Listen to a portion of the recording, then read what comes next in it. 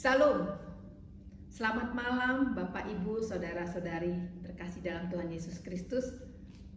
Kembali kita bertemu di dalam renungan kita pada malam hari ini. Namun sebelumnya marilah kita bersatu di dalam doa. Bapa kami yang bertata di dalam kerajaan surga, Bapa yang maha kasih, sungguh kami mengucapkan puji dan syukur kepadamu ya Tuhan, atas segala kebaikan, penyertaan Tuhan dan pertolongan Tuhan saja, sehingga kami boleh menjalani hari ini dengan penuh ucapan syukur. Pada saat ini ya Tuhan, kami rindu akan membacakan firman-Mu. Kiranya Tuhan mengurapi hati pikiran kami ya Tuhan, sehingga kami boleh memperoleh berkat lewat firman ini. Hanya dalam nama anak-Mu Tuhan Yesus Kristus, kami sudah berdoa dan mengucap syukur. Amin. Bapak, Ibu, Saudara-saudari terkasih dalam Tuhan, firman pada malam hari ini yang untuk kita renungkan diambil dalam Roma 4 ayat 1 sampai dengan 13. Beginilah firman Tuhan. Abraham dibenarkan karena iman. Jadi apakah akan kita katakan tentang Abraham, bapa leluhur jasmani kita? Sebab jikalau Abraham dibenarkan karena perbuatannya, maka ia beroleh dasar untuk bermegah, tetapi tidak di hadapan Allah. Sebab apakah dikatakan nats kitab suci? Lalu percayalah Abraham kepada Tuhan, dan Tuhan memperhitungkan hal itu kepadanya sebagai kebenaran. Kalau ada orang yang bekerja, upahnya tidak diperhitungkan sebagai hadiah, tetapi sebagai haknya. Tetapi kalau ada orang yang tidak bekerja, namun percaya kepada Dia yang membenarkan orang durhaka, imannya diperhitungkan menjadi kebenaran. Seperti juga Daud menyebut, berbahagia orang yang dibenarkan Allah bukan berdasarkan perbuatannya. Berbahagialah orang yang diampuni pelanggaran-pelanggarannya dan yang ditutupi dosa-dosanya. Berbahagialah orang yang kesalahannya tidak diperhitungkan Tuhan kepadanya. Adakah ucapan bahagia ini hanya berlaku bagi orang bersunat saja atau juga bagi orang yang tidak bersunat? Sebab telah kami katakan bahwa kepada Abraham iman diperhitungkan sebagai kebenaran. Dalam keadaan manakah hal ini diperhitungkan? Sebelum atau sesudah ia disunat? Bukan sesudah disunat, tetapi sebelumnya. Dan tanda sunat itu diterimanya sebagai materai kebenaran berdasarkan iman yang ditunjukkannya sebelum ia bersunat. Demikianlah ia dapat menjadi bapa semua orang percaya yang tidak bersunat, supaya kebenaran diperhitungkan kepada mereka, dan juga menjadi bapa orang-orang bersunat, yaitu orang yang bukan hanya bersunat, tetapi juga mengikuti jejak iman Abraham, bapa leluhur kita, pada masa ia belum disunat. Sebab bukan karena hukum Taurat telah diberikan janji kepada Abraham dan keturunannya bahwa ia akan memiliki dunia, tetapi karena kebenaran berdasarkan iman. Amin. Bapak, Ibu, Saudara-saudari yang terkasih dalam Tuhan Yesus Kristus, alasan mengapa Paulus menuliskan surat kepada jemaat di Roma adalah karena sesungguhnya pada saat itu Paulus begitu rindu untuk mengunjungi jemaat di Roma, namun belum terpenuhi pada saat itu. Pada saat itu jemaat Roma yang terkenal dengan imannya, dan Paulus mengingatkan agar jemaat Roma agar tetap bertekun di dalam imannya. Ada perbedaan yang mendasar antara keyakinan Yahudi dan keyakinan Kristen. Orang Yahudi berpikir bahwa manusia harus berjuang untuk memperoleh kasih dengan cara melakukan hukum Taurat secara cermat. Sementara keyakinan umat Kristen berpedoman kepada bahwa Tuhan telah menawarkan kasih-Nya kepada manusia sebagai kasih karunia, dan manusia bisa menerimanya kasih itu dengan imannya. Ada beberapa pengertian tentang iman. Iman adalah karunia Allah yang dikerjakan di dalam hati oleh Roh Kudus, yang menghidupkan dan memandu semua kemampuan kita menuju satu tujuan. Ada juga yang mengatakan bahwa iman didefinisikan sebagai dasar dari segala sesuatu yang kita harapkan dan bukti dari segala sesuatu yang tidak kita lihat. Ini bisa kita lihat di dalam Ibrani 11 ayat 1. Ada juga yang mengatakan bahwa iman adalah percaya apa yang tidak dilihat, dan upahnya adalah melihat apa yang dipercayai itu.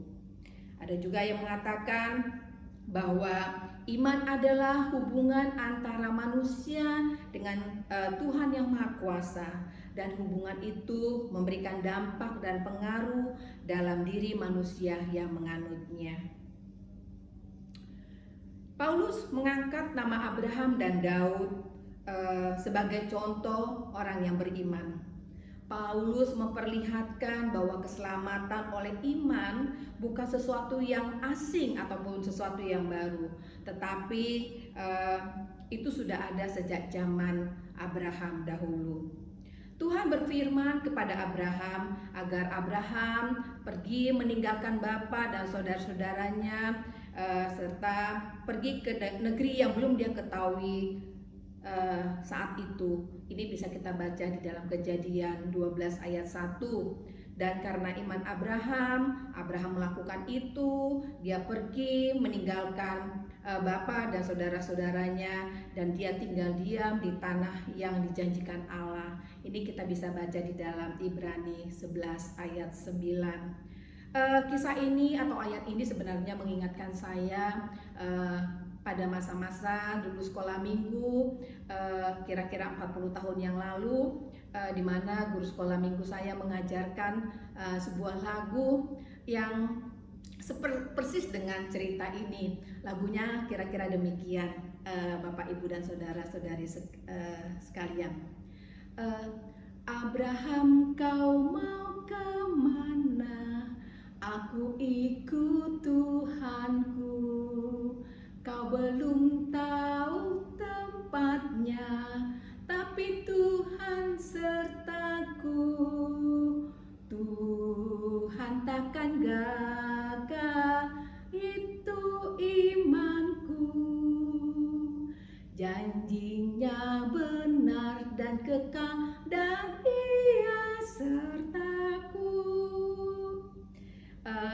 Lagu ini sungguh memberkati saya dan menjadi motivasi bagi saya dulu waktu masa-masa muda akan pergi, dan saya mau meninggalkan kenyamanan saya, meninggalkan orang tua saya, pergi ke kota ini, ke kota Jakarta ini untuk mencari masa depan. Dan puji Tuhan, hingga saat ini Tuhan senantiasa menyertai.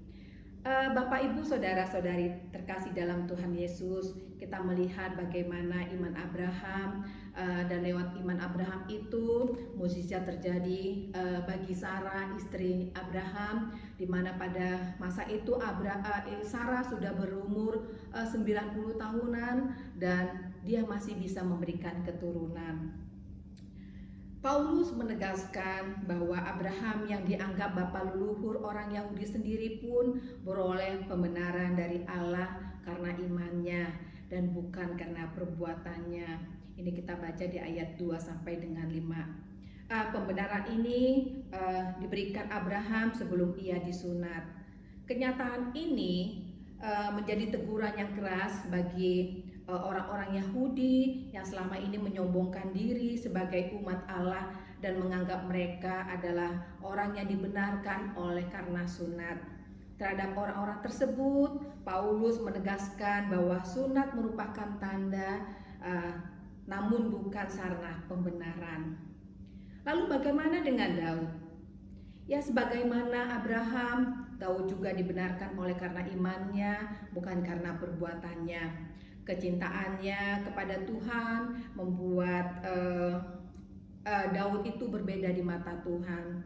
Sejak masih kanak-kanak pun Tuhan melihat bagaimana Daud selalu taat kepada Tuhan. Tentang Daud, Allah telah mengatakan bahwa aku telah mendapat Daud bin Isai, seorang yang berkenan di hatiku dan yang melakukan segala kehendakku. Kita bisa baca di dalam Kisah Para Rasul 13 ayat 22. Kemudian kita ketahui bahwa Daud adalah orang yang sangat beriman. Dia sepenuhnya percaya kepada Tuhan. Ini terlihat pada saat di mana dia menghadapi Goliat. Waktu itu Goliat sangat meremehkan kemampuannya dan Daud justru menyandarkan imannya sepenuhnya kepada Tuhan. Dia percaya bahwa bersama Tuhan dia akan menang dan dia mengakui bahwa kuasa Tuhan tiada batasnya. Karena itulah dia sama sekali tidak takut. Daud juga merupakan orang yang lekas bertobat. Walaupun Daud sangat mengasihi Tuhan, tetapi sebagai manusia biasa, Daud juga pernah jatuh di dalam dosa. Alasan Paulus mengutip ucapan Daud tentang kebahagiaan orang yang diampuni dosanya di dalam Mazmur 32 ayat 1 sampai dengan 2 adalah untuk memperlihatkan bagaimana seharusnya sikap dari orang-orang yang telah dibenarkan Allah. Daud yang pernah jatuh di dalam dosa bersedia mengakui dosanya di hadapan Tuhan dan ia menyadari bahwa hanya Tuhan saja yang mampu mengampuni segala dosa-dosanya. Daud juga adalah orang yang rendah hati. Daud adalah salah seorang tokoh Alkitab yang dikenal karena kerendahan hatinya. Kemenangan Daud mengalahkan Goliat tidak membuat Daud menjadi sombong, melainkan sikap kerendahan hati dan bersedia mengakui segala kesalahannya secara terbuka di depan Tuhan. Ini terlihat dari ungkapan Daud yang mengatakan, "Siapakah aku ini Tuhan, Allahku, dan siapakah keluargaku sehingga Engkau membawa aku sampai sedemikian ini." Kita baca dalam 2 Samuel 7 ayat 18. Ini menjadi teguran yang keras bagi orang-orang Yahudi yang terkenal akan kesombongannya. Baiklah Bapak Ibu Saudara-saudari terkasih dalam Tuhan Yesus Kristus, dari apa yang sudah kita dengarkan tadi, ada beberapa contoh teladan yang boleh kita ambil dari iman Abraham dan Daud, yakni bahwa agar kita tetap beriman kepada Tuhan Yesus Kristus saja, karena lewat iman kita mukjizat pun bisa terjadi atas diri kita. Jikalau mungkin di antara kita pada saat ini ada dalam keadaan sakit, tapi janganlah putus asa karena mukjizat itu bisa terjadi dalam hidup kita sesuai dengan kehendak Tuhan. Kemudian lewat firman ini juga dikatakan bahwa kiranya kita maulah bertobat, melakukan hal-hal yang baik karena Tuhan kita itu adalah Maha Kasih, Maha Mengampuni. Selagi ada kesempatan, marilah kita memperbaiki diri kita masing-masing. Kemudian marilah kita menjadi orang-orang yang rendah hati, karena pada ayat ini diingatkan sebab apapun yang ada pada kita saat ini, apapun yang boleh kita alami ada saat ini, suka maupun duka dan pencobaan ataupun kekayaan ataupun kesuksesan, itu adalah hanya karena kemurahan Tuhan saja. Amin. Marilah kita berdoa. Bapa kami yang Maha Kasih, kembali kami datang ke hadapan-Mu ya Tuhan, mengucapkan terima kasih ya Tuhan buat firman yang boleh kami dengarkan pada malam hari ini Tuhan. Kiranya lewat firman ini Tuhan, kami semakin dikuatkan iman kami senantiasa boleh berubah hari demi hari sehingga kami boleh menjadi anak-anak kesukaan Tuhan saja. Tolonglah kami Bapa di dalam kehidupan kami agar kami boleh menjadi lebih baik dari hari-hari yang lalu. Bapa, pada malam hari ini juga kami akan beristirahat. Kiranya Tuhan boleh menyertai kami dalam istirahat kami Tuhan, sehingga besok pagi kami boleh bangun kembali dengan penuh sukacita, penuh damai sejahtera, penuh kebahagiaan, dan kami senantiasa mengucap syukur. Hanya di dalam nama anak-Mu, Tuhan Yesus Kristus, kami sudah berdoa dan mengucap syukur. Amin.